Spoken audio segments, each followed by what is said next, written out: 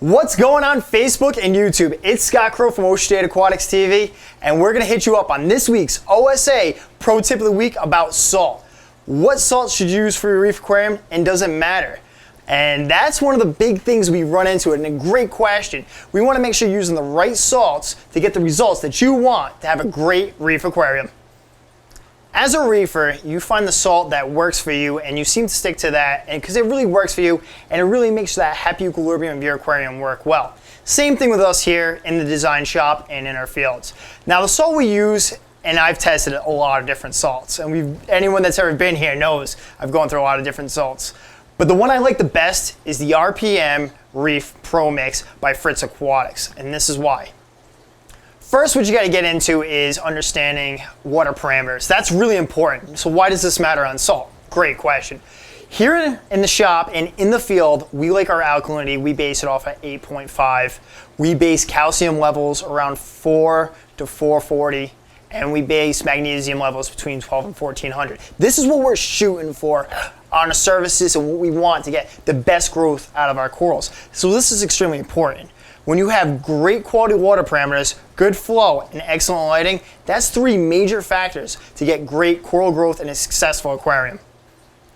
With water parameters being key and water changes being very key to having a successful aquarium, I like the Reef Pro Mix by Fritz. Reason being that it's starting your calcium right at 420. It's starting your alkalinity right at 8.5. You're starting your magnesium at 1400. And it's great to have magnesium at that level because it's a great binder for the alkalinity and the calcium right when you're mixing it. I mean, you're still gonna have to dose your tank, but when you're doing the water change and you can start right there from the mix, that's really important, especially on a good quality salt.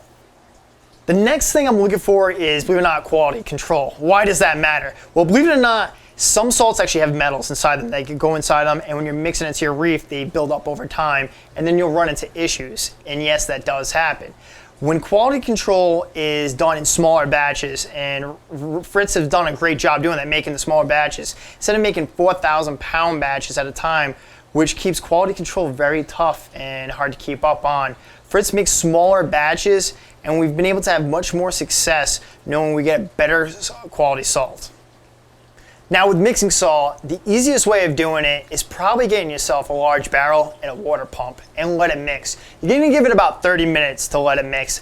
And if you don't have a heater and if you wanna keep that temperature around 78, however you do that, that's gonna be your best can because you wanna match the temperature from your barrel that you're mixing it in to your tank.